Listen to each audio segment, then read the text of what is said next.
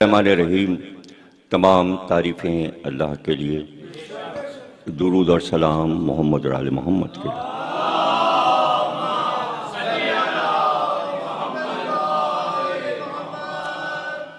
1442 ہجری کے محرم کا آغاز ہے اور آج محرم کی پہلی تاریخ ہے، اور آپ حضرات وہ اشرا جو چاند رات سے شروع ہو جاتا ہے سلسلے میں دوسرا دن آ جاتا ہے، لیکن آج یکم محرم ہے اور ہم اپنے موضوع پر گفتگو کریں گے، عظیم خطبے۔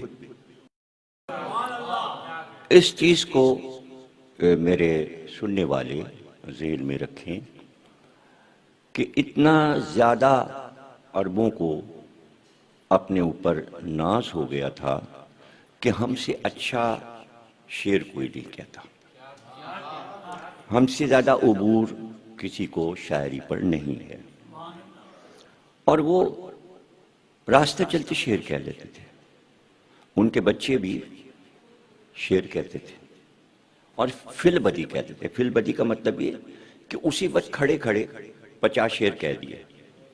اب آج کے دور میں تو شاید پہلے سوچتا ہے، فکر کرتا ہے، پھر شعر آتا ہے تو کاغذ پہ لکھتا ہے۔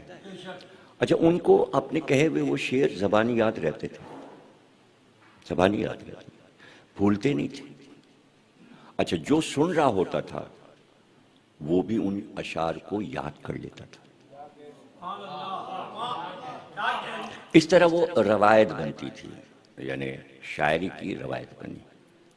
تو اب عرب میں ایک طرف عربوں میں یہ قرینہ تھا کہ وہ شجرے لکھا کرتے تھے، کچھ مخصوص لوگ ہوتے تھے جو شجرے لکھتے تھے، کس کے بعد کون آیا، اس کی کتنی اولادیں تھیں، کہاں کہاں پھیلی۔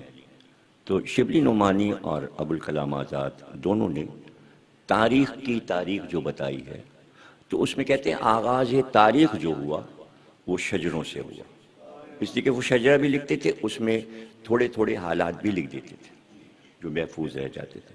دوسری چیز جو تھی وہ عربوں کی شاعری تھی، شاعری میں وہ تاریخی واقعات کو نظم کر دیتے تھے، وہ بھی تاریخ بن گئی۔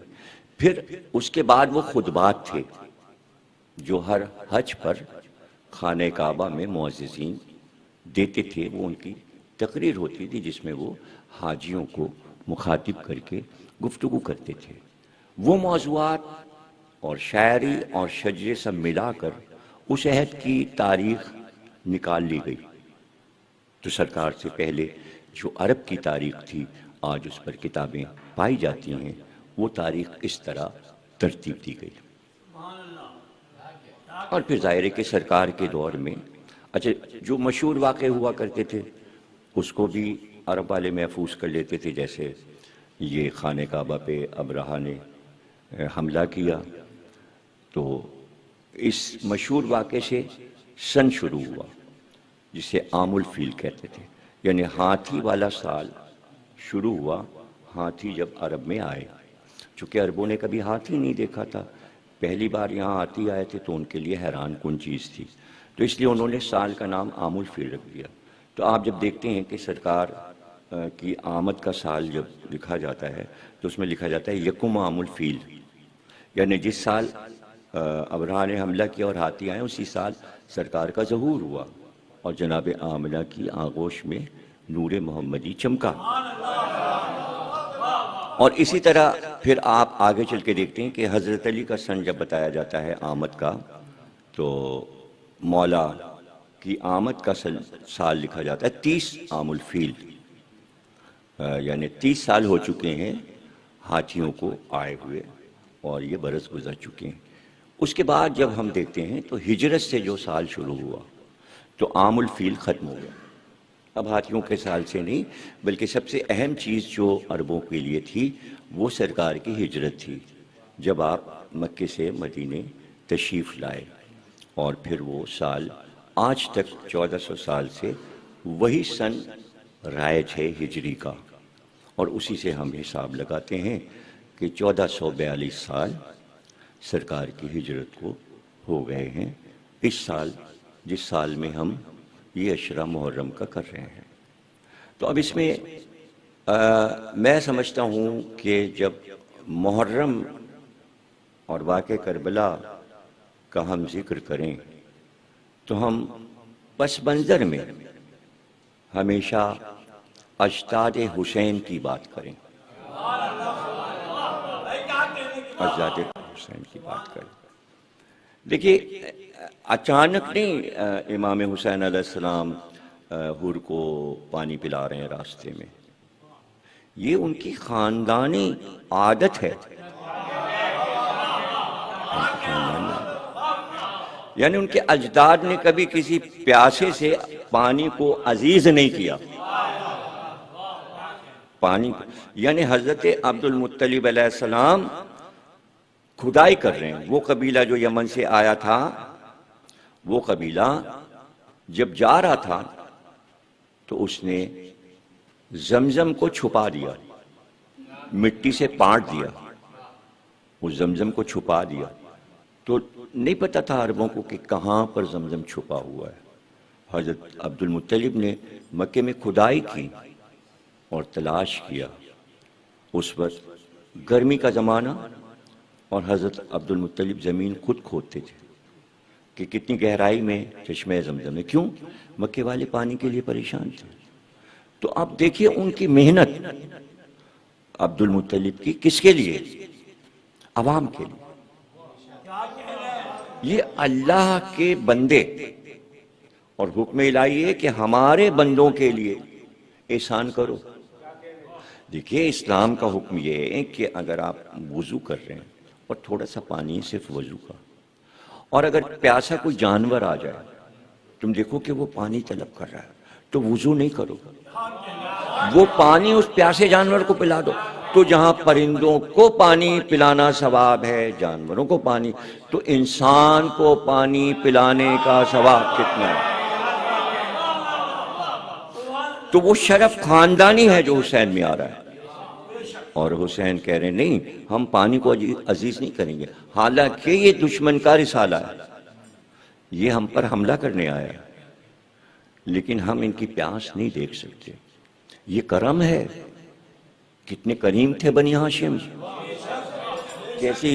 کیسے ان کی سخاوتیں تھیں۔ ہر ہاشمی بچہ سخی تھا، کسی چیز کو اپنے لیے عزیز نہیں کیا، بلکہ جو چیز ہے دوسرے کے لیے وقف کر دیا۔ ہم تکلیف اٹھا لیں لیکن اللہ کا یہ بندہ تکلیف میں مر نہ جائے، اس کو بچا لو۔ انسانیت کا احترام اسلام آنے سے پہلے یہی پیغام اسلام دے گا۔ اس حالات کو اجداد پیغمبر نے ہموار کر دیا تھا، وہ راہیں بنائی تھیں، اتنے اچھے اصول دے دیے تھے، بھلے عرب اس پہ عمل کریں یا نہ کریں، اصول تو وجود میں تھے۔ اس کو ایسے سمجھ لیجئے کہ قرآنی احکامات آپ کے گھر میں ہیں، جس کے گھر میں قرآن ہے احکامات موجود ہیں، لیکن ضروری نہیں ہے کہ تمام عوام ان احکامات پر عمل کر رہے ہوں۔ بتانے کی ضرورت نہیں ہے کہ کہاں پر حکم عدولی اللہ کی ہو جاتی ہے، کہاں انسانیت گھٹ جاتی ہے۔ عام سی بات ہے کہ انسان اپنی چیز کو بچاتا ہے۔ بہت سے واقعات اگر میں بیان کروں تو بہت سے واقعات، لیکن بنی ہاشم کا کردار یہ ہے کہ دوست ہو یا دشمن اس کو تکلیف میں نہیں دیکھ سکتے۔ وراثت میں آیا ہے یہ سرکار دو عالم کے، اپنے اجداد کی وراثت سرکار کو ملی ہے کہ سرکار کسی کو تکلیف میں نہیں دیکھ سکتے تھے۔ اور سرکار کی وراثت مولا علی اور ان کی عظیم بیٹی حضرت فاطمہ الزہرا صلوات اللہ السلام علیہ۔ سورہ دہر کیا ہے قرآن میں؟ سورہ دہر کیوں اترا ہے؟ اس لیے کہ بار بار آ رہا ہے مانگنے والا دروازے پر، اور لگاتار 3 دن اسیر آ گیا، یتیم آ گیا، مسافر آ گیا، تو اس کی بھوک آواز سن کر نبی کی بیٹی بچوں کی غذا، بچے خود اٹھ کر روٹی دے دیتے ہیں، حد یہ کہ گھر کی کنیز علی اور فاطمہ کے ساتھ اپنی روٹی بھی خیرات کرتے. اسی واقعے کو سورہ زہر میں بیان کیا گیا ہے. تو یہ کیا ہے؟ ابتدائی دور جو مدینے میں اسلام کا گزر رہا ہے 13 برس کے بعد، اور جو سب لٹ کر آئے ہیں، اپنے گھر بار چھوڑ کر آئے ہیں، تو انصار نے مدینے کے ان کی مدد کی ہے، پیغمبر بھی ان کی مدد کر رہے ہیں. لیکن انہی میں سے کچھ ایسے لوگ ہیں کہ جو کھانے کے لیے پریشان ہیں، روٹی نہیں مل رہی. تو آل محمد نے بھی کوئی عیش و عشرت سے زندگی نہیں گزاری. اگر نبی فاقے سے ہیں تو علی بھی فاقے سے ہیں، اور بیٹی بھی فاقے سے، نواسے بھی فاقے سے. اور گھر میں جو بھی سامان ہے، وہ سامان کیا تھا؟ وہ سامان کیا تھا؟ لکڑی کا چرخا، پتھر کی چکی، 2 پیالے مٹی کے، بچھانے کے لیے اونٹ کی کھال کا فرش. تو اگر آ جائے کوئی سائل دروازے پر اور کچھ نہ ہو، تو بی بی نے بچوں کو ہٹا کر وہ جو بستر بچھا ہوا ہے اونٹ کی کھال کا چمڑے کا، وہ اٹھا کے دے دیا. سائل لے جا، اس کو بیچ لے، تیری بھوک تو مٹ جائے. مولا علی مزدوری کر کے پانی بھرتے ہیں، کھیتوں میں پانی دیتے ہیں، باغات میں پانی دیتے ہیں، اس سے مزدوری ملتی ہے. وہ مزدوری لا کر وہ بھی راہ میں اگر کوئی فقیر مل جاتا ہے تو مولا علی وہ بھی قربان کر دیتے. تو ایسے سخی پہلے ہم ان کی سیرت پہ بات کر لیں، تاکہ جب ہم ان کے خطبات کو بیان کریں تو یہی چیزیں ان کے خطبوں میں آئیں گی، یہی چیز ان کے خطبوں میں آئیں گی. اور جیسا کہ میں نے کہا کہ عرب کی شاعری جو تھی وہ مشہور لوگوں پہ شعرا جب شعر کہتے تھے، تو جب جناب ہاشم نے ابو قبیس پر پہاڑی پر کھانے کا انتظام کیا، لکڑی کے بڑے بڑے برتنوں میں جب آپ نے جانور حلال کر کے شوربہ بنایا اور اس میں چورا کر کے روٹی ڈالی، تو حشم کہتے ہیں عربی میں روٹی چورا کرنے کو، نام کچھ اور تھا، خطاب ہاشم ہو گیا. وہ جس نے عربوں کو روٹیاں توڑ توڑ کے کھلائیں، شوربے میں بھگو کے کھلائیں، اس لیے ہاشم ہے. تو کتنا پیغمبر کے لیے کیا فخر کی بات ہے کہ کہا جائے نبی ہاشمی بھی تھا، ہاشمی بھی تھا. تو شعراء نے تمام موضوعات پہ شاعری چھوڑ دی تھی، اس لیے کہ ان کی بھوک کو ختم کیا تھا جناب ہاشم نے. اس لیے انہوں نے جب قصیدے کہے ہاشم کی شان میں تو کہا ہاشم تو وہ ہیں کہ جنہوں نے عرب کے بھوکوں کو کھانا کھلایا، اور اتنا وافر مقدار میں کھانا ہوتا تھا کہ جب سب کھا کے اٹھ جاتے تھے، باری باری دسترخوان پہ کھا کے اٹھ جاتے تھے، اس کے بعد بھی کھانا بچ جاتا تھا. اور جب چلے جاتے تھے مکے والے تو پھر پرندے اڑ کے آتے تھے اور اس دسترخوان پہ پرندے کھاتے تھے. تو شعراء نے کہا کیا کہنا ہاشم کے دسترخوان کا، جس پہ انسان تو انسان، اڑتے ہوئے پرندے آ کر غذا حاصل کر.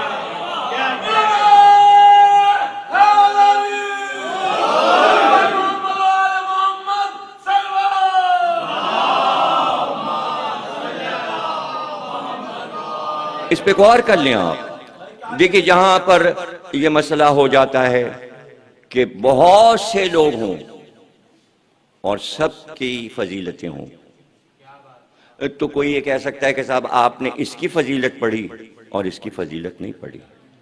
ارے اجداد پیغمبر کے مقابل کون دوسرا ہے؟ غور کر لیں، اگر آپ پیغمبر کا ذکر کریں تو اجداد پیغمبر کا ذکر اس لیے کریں کہ دوسرا امیدوار نہیں ہے. دیکھیے ہاشم کے دور میں عرب کا کوئی آدمی یہ دعویٰ نہیں کرے گا کہ ہم نے عربوں کو کھانا کھلایا. ہوتا تو دعویٰ تاریخ میں ہوتا.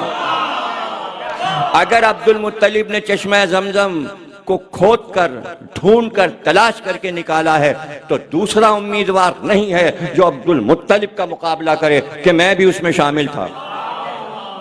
بھائی شامل ہونا کیسا، عبد المطلب تو ایک ایک کے گھر گئے تھے، کہ ہم چشمہ زمزم کو تلاش کرتے ہیں، ہمارا ساتھ کھدائی میں دو۔ لوگوں نے منع کر دیا، کب پتہ نہیں کہاں پر چھپایا، کہاں کہاں کھودیں، اور اتنی گرمی میں ہم یہ کام کریں۔ تو اکیلے ہو گئے عبد المطلب۔ اس وقت عبد المطلب کے سب سے بڑے بیٹے جناب حریث موجود تھے، جو حضور کے سب سے بڑے چچا ہیں، وہ اور عبد المطلب دونوں کھود رہے تھے زمین۔ دوسرا کوئی امیدوار نہیں تھا، کوئی دعویٰ نہیں کر سکتا۔ اب یہ کام ہو رہا ہے انسانیت پریشان کے لیے کہ چشمہ نکلے گا تو وہ پانی یہی مکے والے پیئیں گے، لیکن ساتھ نہیں دے رہے، ساتھ نہیں دے رہے۔ یہ تاریخ ہے۔ ابھی میں رسول کے عہد کو نہیں پڑھ رہا ہوں، میں اس سے پہلے کا عہد پڑھ رہا ہوں۔ کون سا امیدوار ہے جس کی بات کی جائے؟ کون امیدوار ہے عبد المطلب کے دور میں کہ ہم اس کا ذکر کریں؟ اس لیے آپ اجداد پیغمبر کا ذکر دل کھول کر کیجئے۔ کسی بھی مسلک سے آپ تعلق رکھتے ہیں، بچوں کو یہ بتائیے اور سکھائیے تاکہ خدمت خلق پاکستان کے بچے سیکھیں، عوام سیکھیں کہ انسانیت کا کس طرح مدد کی جاتی ہے۔ ابھی تو کرونا کی بیماری سے سب آزاد ہوئے ہیں، کیسی مصیبت آئی تھی، اور لوگ ایک دوسرے سے بھاگ رہے تھے، ایک دوسرے سے ملو نہیں، ہاتھ نہیں ملاؤ، ایسی خطرناک بیماری ہے۔ تو وہاں پر جہاں خدمت خلق کرنا تھی، میتوں کو چھوڑ دیا لوگوں نے، مریضوں کو چھوڑ دیا لوگوں نے۔ تو آپ ان کے فضائل پڑھیے، جو نہ مریضوں سے بھاگے نہ بیماروں سے بھاگے، بلکہ قریب آ گئے تو شفا دے دی۔ تو ایسے لوگ تو معاشرے میں ہوں کہ بجائے اس کے کہ بیماری سے ڈریں، وہیں قریب جا کر کوئی ایسی دعا آیت قرآن کی پڑھ دیں کہ وہ شفا یاب ہو جائے۔ یہ خدمت ہے یا بھاگنا خدمت؟ ایک دوسرے سے بچنا خدمت نہیں ہے۔ میں پیغام دے رہا ہوں، میسج دے رہا ہوں۔ تو اب دیکھیے اللہ دیکھ رہا ہے۔ جو لوگ یہ کہتے ہیں کہ اجداد پیغمبر کا ایمان جو تھا اس پہ بحث کرتے ہیں، بحث کی ضرورت ہی نہیں۔ آپ غور کیجئے کہ عبد المطلب اکیلے ہیں اور ایک بیٹا ہے، اب کھدائی کر رہے ہیں، تو اب اللہ سے دعا مانگی، بتوں سے نہیں مانگا، اس لیے کہ بت پرست نہیں تھے۔ عبد المطلب نے نماز میں کتنی بار بت پرستی کی مذمت کی ہے۔ جب میں ان کے خطبے سناؤں گا تو آپ کو پتہ چلے گا کہ یہ لوگ ہمیشہ اللہ کو مخاطب کرتے تھے۔ لفظ اللہ بنی ہاشم میں پہلے سے موجود تھا، اچانک محمد پہ اللہ لفظ نہیں اترا۔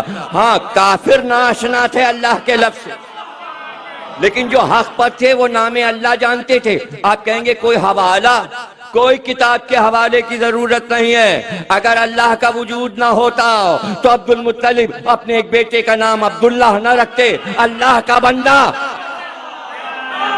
پہلا نام عبداللہ ہاشمیوں میں آیا، چونکہ نبی کو، نور نبی کو اس گھر میں اترنا تھا، اس لیے سرکار کے والد گرامی کا نام عبداللہ۔ بحث کی ضرورت ہی نہیں، بحث کی ضرورت ہی نہیں۔ اللہ کا بندہ عبداللہ نام کتنا مقبول ہوا، ہزاروں لاکھوں مسلمانوں نے یہ نام رکھا۔ تو عبد المطلب نے یہ لفظ دیا تھا نا، ان کا احسان تو مانو۔ نام رکھا تھا، کتنا عمدہ نام رکھا کہ آج تک مقبول ہے۔ تو آپ ان چیزوں پہ غور کریں اور زیادہ سے زیادہ غور کریں، اور محبت اس میں دل میں ہونی چاہیے، تنقید نہیں ہونی چاہیے۔ یہاں تنقید کا کوئی موقع ہی نہیں ہے، یہاں صرف محبت اپنے دل کی پیش کر دیجئے، ان کو خراج پیش کر دیجئے۔ تو اب میں بتانا چاہ رہا ہوں کہ ایک بار انہوں نے ہاتھ اٹھائے، عبد المطلب نے اللہ سے دعا کی، کب پروردگار مجھ کو اگر تو 12 بیٹے دے، 12 بیٹے مجھے دے دے، تو مجھے دوسرے کی محتاجی نہ ہو کہ میں کسی اور سے کہوں کہ میری مدد کرو۔ میرے بیٹے جوان ہو کر میرے ساتھ چلیں تو میرے بیٹے ساری دنیا میں نظر آئیں کہ عبد المطلب اکیلا نہیں ہے، 6 بیٹے ادھر اور 6 بیٹے ادھر۔ اگر سچی دعا نہیں تھی تو تاریخ کی حقیقت یہ بتا دو کہ عبد المطلب کو 12 بیٹے ملے کہ نہیں ملے؟ دعا کی تو 12 بیٹے مل گئے، زمزم بھی مل گیا، چونکہ انسانیت کی خدمت کے لیے وہ پانی نکل رہا تھا۔ آج تک وہ زمزم ہے کہ لوگ جب حج کر کے آتے ہیں تو تحفے میں زمزم لاتے ہیں۔ تو کس کا احسان ہے بابا؟ کس کا احسان ہے؟ جب میں حج کرنے کے لیے گیا سعودی عرب تو میں کتابوں کی دکان پر بھی گیا، انگریزی میں بڑے بڑے سائز کی کتابیں، تو پوری زمزم کی تاریخ، مکے کی تاریخ، سرزمین مکہ کی تاریخ، اجداد پیغمبر کی تاریخ۔ تو جب زمزم کی تاریخ میں نے پڑھی اور کتابیں وہ خرید کے لایا میں جدے سے، اور کچھ میں نے مکے سے خریدی، کچھ مدینے سے خریدی، تو اس میں باقاعدہ عرب کی حکومت کی طرف سے اس کتاب میں عبد المطلب کو خراج عقیدت پیش کیا گیا۔ تاریخ کوئی نہیں جھٹلا سکتا، کسی سے دلیل لینے کی ضرورت نہیں ہے۔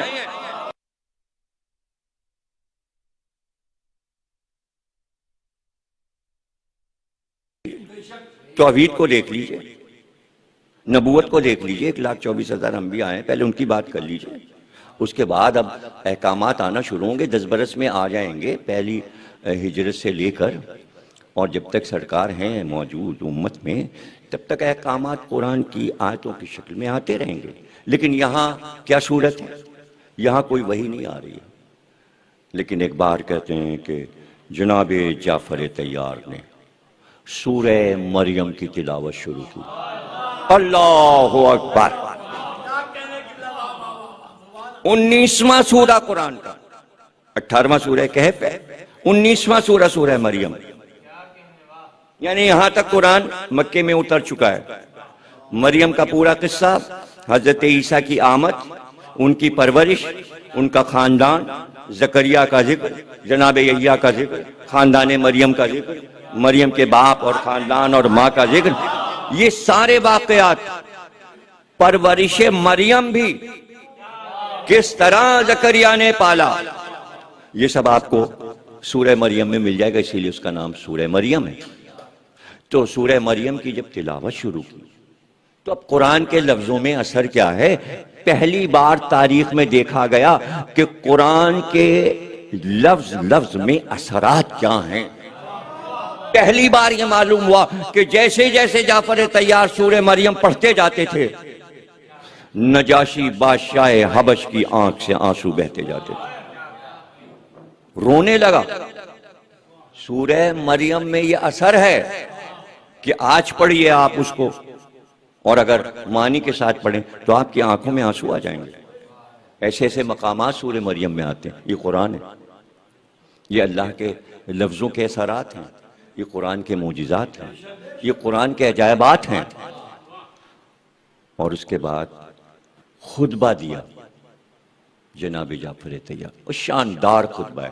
پہلے توحید کو سمجھایا اور کہا یہ لوگ صرف اس بات پر ہمارے دشمن ہو گئے کہ ہمارے نبی جو نبی آخر ہے اس نے صرف اتنا کہا کہ اللہ ایک ہے اور شرک نہ کرو، اس پر یہ دشمن ہو گئے ہمارے چچا زاد بھائی محمد کے، اور آج ہم سب کے دشمن ہیں، اس لیے کہ ہم نے اس کے کہنے سے نماز پڑھی، ہم نے اس کے کہنے سے روزہ رکھا، ہم نے اس کے کہنے سے حج کو واجب کیا، ہم نے اس کے کہنے سے زکوٰۃ دی، سب تمام پورا فروع دین، پورا دین تعارف کرا رہے ہیں توحید سے لے کر نبوت تک۔ جعفر نے اپنے خطبے میں بہترین تقریر ہے، اور میری کتاب اگر آپ سوانح حضرت جعفر طیار جو کہ 250-300 صفحے کی کتاب ہے، پورا خطبہ میں نے جعفر کا اس میں دیا ہے، اور یہ پورا واقعہ میں نے اپنی کتاب میں لکھا ہے۔ اس منظر کو آپ پڑھیں گے تو آپ محسوس کریں گے کہ جب جعفر نے خطبہ دیا تو اس وقت بھی اس کی آنکھ سے آنسو بہ رہے تھے، یعنی جعفر کے لہجے میں وہ اثر تھا کہ عیسائی جو مکے سے دور ہے، جس نے دین ابھی سنا ہی نہیں، سرکار کا پیغام سنا نہیں، اور اس پر اتنا اثر ہو رہا ہے، تو ایک تو کوئی پیغمبر کا ایسا پیغام پہنچانے والا ہو جو ابو طالب کا بیٹا ہو۔ تو حبش میں اگر دین پھیلا رہے ہیں تو جعفر پھیلا رہے ہیں، اور ابو طالب کا دوسرا بیٹا اگر خیبر فتح کر رہا ہے تو وہ یہودیوں میں اسلام پھیلا رہا ہے۔ کتنے یہودی اسلام لے آئے ہیں خیبر کے بعد. یہ علی کی تلوار کی برکت ہے بھائی, اور یہ جعفر کے خطبے کی برکت ہے کہ آج پورا افریقہ بر اعظم مسلمان ہے. پہلا آدمی کون تھا جو داخل ہوا افریقہ میں؟ اس کے قدموں کی برکت ہے. دونوں ابو طالب کے بیٹے ہیں, آپ کس کس چیز کو نظر انداز کیجئے گا.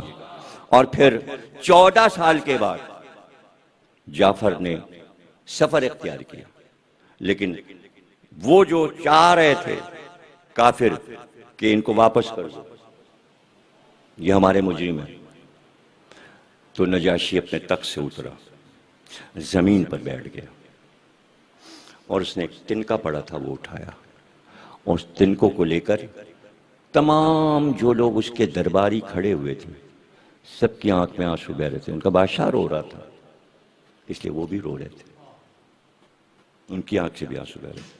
سب کو مخاطب کر کے اور اس کے بعد کافروں کو بھی مخاطب کیا نجاشی نے, اور کہا سنو, اس تنکے کے برابر بھی عیسائیت کا جو عقیدہ عیسیٰ اور مریم پر ہے, اس تنکے کے برابر بھی اسلام, قرآن اور عیسائیت میں کوئی فرق نہیں پاتا میں. کیوں؟ اس لیے کہ کان میں انہوں نے کہا نجاشی کے کہ ذرا ان سے پوچھو کہ عیسیٰ پر کیا عقیدہ رکھتے ہیں. تو اس نے کہا ذرا بتاؤ تم لوگ عیسیٰ کے بارے میں کیا عقیدہ رکھتے ہو. تو جناب جعفر طیار اپنے خطبے میں یہ جملہ دے رہے ہیں کہ کتنا شاندار جملہ ہے. تو آپ سوچئے کہ خطبہ کتنا شاندار ہے. آپ نے فرمایا دیکھیں جواب کیسا ہے. دیکھیں قرآن کی آیت نہیں ہے جواب, لیکن مزاج آیت جو ہے وہ اس میں موجود ہے. جملہ اتنا پاکیزہ ہے. آپ نے کہا نجاشی, عیسیٰ اللہ کا وہ کلمہ تھے جسے اللہ نے اس کلمے کو کنواری مریم پر القا کیا تھا. اللہ اکبر. یہ ہے حسین خطبے بنی ہاشم کے. ہمیں رسول اللہ کے خطبات تک آنا ہے, اور ہم جب آپ ان کے اجداد کی فصاحت اور بلاغت سے آشنا ہو جائیں اور اس عشرے میں آپ کا مزاج بن جائے کہ آپ کو وہ خطبات اور وہ تقریریں سننے کو ملیں. تقریریں آج بھی ہوتی ہیں, آج بھی تقریر کرنے والے کو خطیب کہتے ہیں, اور جو کچھ بولا جاتا ہے اسے خطابت کہتے ہیں. تو احسان کس کا ہے؟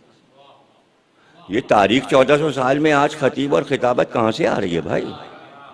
ابتدائی خطیب تو بنی ہاشم ہے, اور وراثت میں وہ فصاحت و بلاغت ہمارے رسول کو مل رہی ہے. دیکھیں قرآن اللہ کے پاس سے آ رہا ہے, وہ فصیح اور بلیغ ہے, تو وہ اللہ کا کلام ہے, نبی کا کلام نہیں ہے.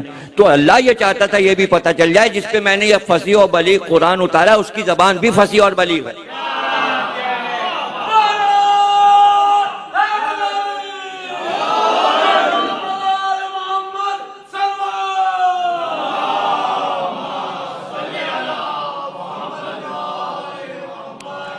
تو آپ نے سنا ہوگا اور دیکھا ہوگا کہ راہ میں حور ملتا ہے, یعنی ایک ایک منزل امام حسین کی تاریخ نے محفوظ کی. کہاں ٹھہرے, اس جگہ کا نام کیا ہے, پورے سفر کو تاریخ نے لکھا کہ مکے سے چلے تو کہاں کہاں ٹھہرے. پھر وہ بھی جگہ ہے جہاں حور کا لشکر آتا ہے, وہاں بھی آپ نے خطبہ دیا اور ان کے مقصد کو پوچھا, اور حور امام حسین سے پوچھ رہے کہ آپ کا کیا ارادہ ہے. تو امام حسین ایک ہی جواب مدینے سے یہاں تک سب کو یہی دے رہے ہیں کہ میں اپنے نانا کی امت کے اصلاح کے لیے نکلا ہوں. تو جب یہ لفظ اصلاح آئے گا تو یہ بھی پتہ لگانا پڑے گا کہ امت کر کیا رہی تھی, امام حسین کے عہد میں ہو کیا رہا تھا جس کی اصلاح کی ضرورت تھی.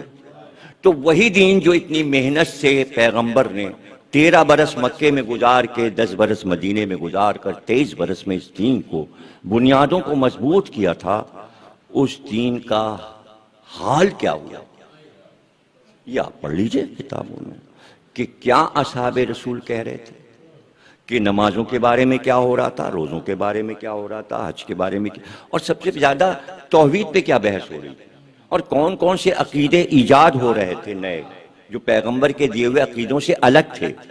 تو امام حسین اسے دیکھ رہے تھے، چونکہ نبی کے نواسے ہیں، حسین منی وانا من الحسین، اس لیے حسین پر واجب تھا کہ وہ آخری وارث ہیں محمد کے۔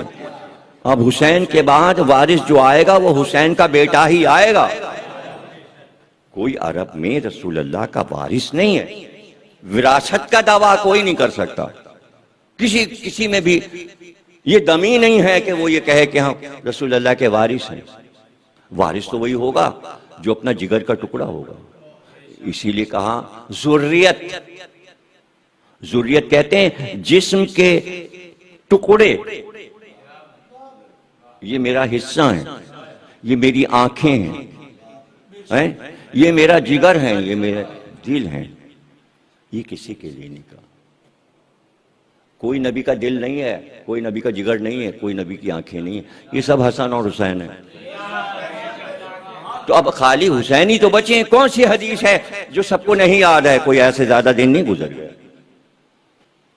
ارے بھائی 60 ہجری میں حسین مدینے سے نکل رہے ہیں، 61 ہجری کا چاند راستے میں دیکھتے ہیں، تو 60 برس نبی کے بعد 60 برس کیا ہوتا؟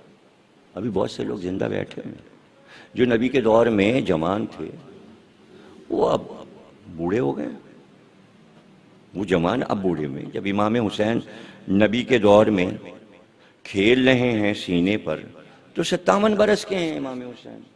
تو جو امام حسین کے زمانے کے لوگ ہیں وہ 60 کے، 50 کے، 57، 58 کے ہوں گے، تو سب نے نبی کا دور دیکھا ہے، تو جبھی تو یہ کہہ رہے ہیں کہ وہ دور اور تھا، یہ دور اور ہے۔ تبدیلی دیکھ رہے تھے جبھی تو تمام شہروں میں بات ہو رہی تھی، تو حسین اٹھے کیوں تھے؟ اس تبدیلی کو ختم کرنا چاہتے تھے کہ میرے نانا کے دین کی جو اصل شکل ہے وہ رہ جائے۔ یہی بات اپنے خطبے میں آپ نے حر کو سمجھائی۔ حر کے کچھ سمجھ میں آیا کہ نہیں آیا یہ تو بعد میں پتہ چلے گا، لیکن جب امام حسین چلنے لگے تو اس نے لجام فرس پہ ہاتھ ڈالا، کہا ہم آپ کو آگے نہیں بڑھنے دیں گے، آپ کو ہم کوفے نہیں جانے دیں گے۔ تو امام حسین نے کہا حر، یہ جو تو نے لجام فرس پہ ہاتھ ڈالا ہے اور پھر آپ مڑے، ایسے مڑ کر آپ نے کہا حضرت عباس کی طرف دیکھا، حضرت علی اکبر کی طرف دیکھا، اور کہا تجھے خوف نہیں ہے کہ تیرا انجام کیا ہوگا؟ حبیب بھی ہیں، زہیر بھی ہیں، مسلم ابن اوسجہ ہیں، بریر حمدانی ہیں، سارے اصحاب ہیں۔ بلکہ مسلم ابن اوسجہ نے یہ بھی کہا کہ یہ تھوڑے سے لوگ ہیں، اسے ہم یہیں نپٹ لیں، ابھی مار کے برابر کر دیں گے انہیں، اتنی شجاع ہیں اصحاب حسین۔ امام حسین نے کہا نہیں، ہماری طرف سے پہل نہیں ہوگی، ہم تلوار نہیں چلا رہے، ہم لڑنے نہیں جا رہے ہیں، ہم جنگ کرنے نہیں جا رہے۔ ہاں جب جنگ مسلط ہوگی تو ہم دفاعی جواب دے دیں، ہم انہیں ماریں گے نہیں۔ ایک جملہ کہا کہ فصاحت و بلاغت کا کمال جملہ حر سے کہا، کیا چاہتا ہے؟ تیری ماں تیرے ماتم میں بیٹھے۔ تو حر نے جواب دیا اللہ اکبر، مجمع میں آپ نے میری ماں کا نام لیا، گویا عرب میں یہ معیوب تھا، لیکن امام کو حق ہے کہ آپ امت کے کسی آدمی کو یہ کہیں کہ تیری ماں کہیں ماتم میں نہ بیٹھ جائے، یہ سب تلوار اٹھا کے تجھے یہاں ذبح کر دیں گے، تو کیا چاہتا ہے کہ تیری ماں ماتم میں بیٹھے اور تو ختم ہو جائے؟ تو ہمارے لجام فرض پہ ہاتھ ڈالا، ہٹ جا، ہم ایک اور راستہ اختیار کرتے ہیں، نہ ہم کوفے جاتے ہیں نہ ہم واپس جاتے ہیں، اگر تجھے چلنا ہے تو ہمارے ساتھ ساتھ چل۔ تو تیسرا راستہ تو حسین کو معلوم تھا، حر کو تھوڑی معلوم تھا۔ حر تو جب وہاں پہنچا تو اسے پتا چلا کہ یہ کون سی جگہ ہے اور حسین کہاں آ گئے۔ تو اب دیکھیں وہ جملہ، اس کا جواب حر دیتا ہے، کہتا آپ کی ماں سیدہ نساء العالمین ہیں، اللہ اکبر، ان کا مرتبہ بہت بلند ہے۔ گویا اس نے جواب میں فضائل جناب فاطمہ زہرا سلام اللہ علیہ پڑھا۔ تو فاطمہ زہرا کے فضائل اگر کوئی پڑھ دے تو اتنا اثر اس میں آ جاتا ہے کہ وہ آپ سے آپ ایمان کے پورے پیکر کو پہچان لیتا ہے۔ اسے پتا چل گیا کہ جنت کیا ہے، جنت حسین کے پاس ہے، لشکر ابن زیاد یا لشکر یزید میں جنت نہیں ہے۔ اور اس نے اس معرفت کو حاصل کر لیا شب عاشور، اور پھر صبح اٹھا عاشور کے دن تو اس نے اپنے بھائی سے کہا، اپنے بیٹے سے کہا، اپنے غلام سے، ہم تو جا رہے ہیں حسین کی طرف، ہم نے فیصلہ کر لیا۔ اب خواب دیکھا اس نے یا اس کے نفس نے فیصلہ کیا، وہ تو بے قرار تھا کہ یہ کیا ہو رہا ہے، فرزند رسول، اس لیے کہ وہ سمجھا تھا ابھی بات چیت چل رہی، شاید سلو والی بات چیت ہوگی، لیکن جنگ پہ جب معاملہ ختم ہو گیا تو پھر اس نے اپنے گھوڑا بڑھا دیا اور وہ امام حسین کی طرف آ گیا۔ تو اب بیٹے سے کہتا ہے کہ میرے ہاتھ باندھ دو، میرا امامہ اتار لو، اس سے میرے ہاتھ باندھ دو، اور میرے منہ پر میرا رومال جو میرے کاندھے پر ہے اسے میرے منہ کو چھپا دو، میں حسین سے شرمندہ ہوں، میں ہی تو گھیر کر یہاں لایا ہوں کہ چاروں طرف لشکر آ گئے، چاروں طرف لشکر آ گئے، تو یہ تو حسین کے خون کے پیاسے ہیں، تو کیا میں اس کا ذمہ دار ہو گیا ہوں؟ تو میں شرمندہ ہوں۔ تو اب حر اس حالت سے آتا ہے امام حسین کے پاس، تو امام حسین السلام نے کہا، حر یہ کیا حالت بنائی ہے تم نے، یہ ہاتھ کیوں باندھا، یہ چہرہ کیوں چھپایا، ہٹاؤ منہ پر سے یہ پردہ ہٹاؤ، کھولو ان ہاتھوں کو کھولو، میں آپ کا مجرم ہوں۔ جملہ دیکھیے گا کیا فصیح اور بلیغ امام حسین کا جملہ ہے۔ آپ نے فرمایا، حر تجھ سے میں راضی، میں راضی، میرا بھائی حسن راضی، تجھ سے میرے بابا علی راضی، تجھ سے میری ماں فاطمہ زہرا راضی، تجھ سے میرے نانا رسول خدا راضی، تجھ سے رب راضی، کھول دے ان ہاتھوں کو۔ اب دیکھیے وہ یہ سب سنتا ہے، اسے کتنا تحفہ مل رہا ہے، تو کہتا ہے کہ پھر پہلی اجازت مجھے دیجئے کہ میں میدان میں جاؤں، آپ کے حر ابھی تو آئے ہو۔ اب اس وقت دیکھو پانی تھا ہمارے پاس، ہم نے راہ میں پلا دیا تھا، اب تم ہمارے پاس مہمان ہوئے، اب پانی نہیں ہے کہ ہم تمہیں پلائیں، دیکھیے کیا موقع ہے۔ کہتے اچھا اگر مجھے نہیں جانے دے رہے تو میں اپنے بیٹے کی جنگ دیکھنا چاہ رہا ہوں، میرے بیٹے کو اجازت دے دیجئے کہ وہ جا کے لڑے، میں اسے دیکھنا چاہ رہا ہوں۔ بیٹے نے اسے اجازت دی، میدان جنگ میں گیا، شجاعت سے لڑا، بیٹے نے مرحبا کہا، لشکر والوں نے گھیرا، نیزوں سے بیٹے کو زمین پہ گرا دیا، بیٹے نے آواز دی، بابا میں گھوڑے سے گر گیا، میں گھوڑے سے گر گیا ہوں۔ تو اسی وقت حر نے چاہا کہ اپنے گھوڑے کو بڑھائے، امام حسین گھوڑے پہ تشریف فرما تھے، ایک بار حر کے سینے پہ ہاتھ رکھا، کہا کہاں کا ارادہ ہے، کہا بیٹا پکار رہا ہے، میں اس کی لاش کو اٹھا کر لاؤں گا، زخمی ہے، کہا حر بیٹے کی لاش پر باپ نہیں جاتا، میں تیرے بیٹے کی لاش اٹھا کر، اور حسین گئے اور حر کے بیٹے کی لاش کو اٹھا کر لے آئے۔ تو میں یہی کہوں گا آقا، آج آپ نے حر کے جوان بیٹے کی لاش اٹھائی، لیکن جب آپ نے علی اکبر کا لاشا اٹھایا، بار الہ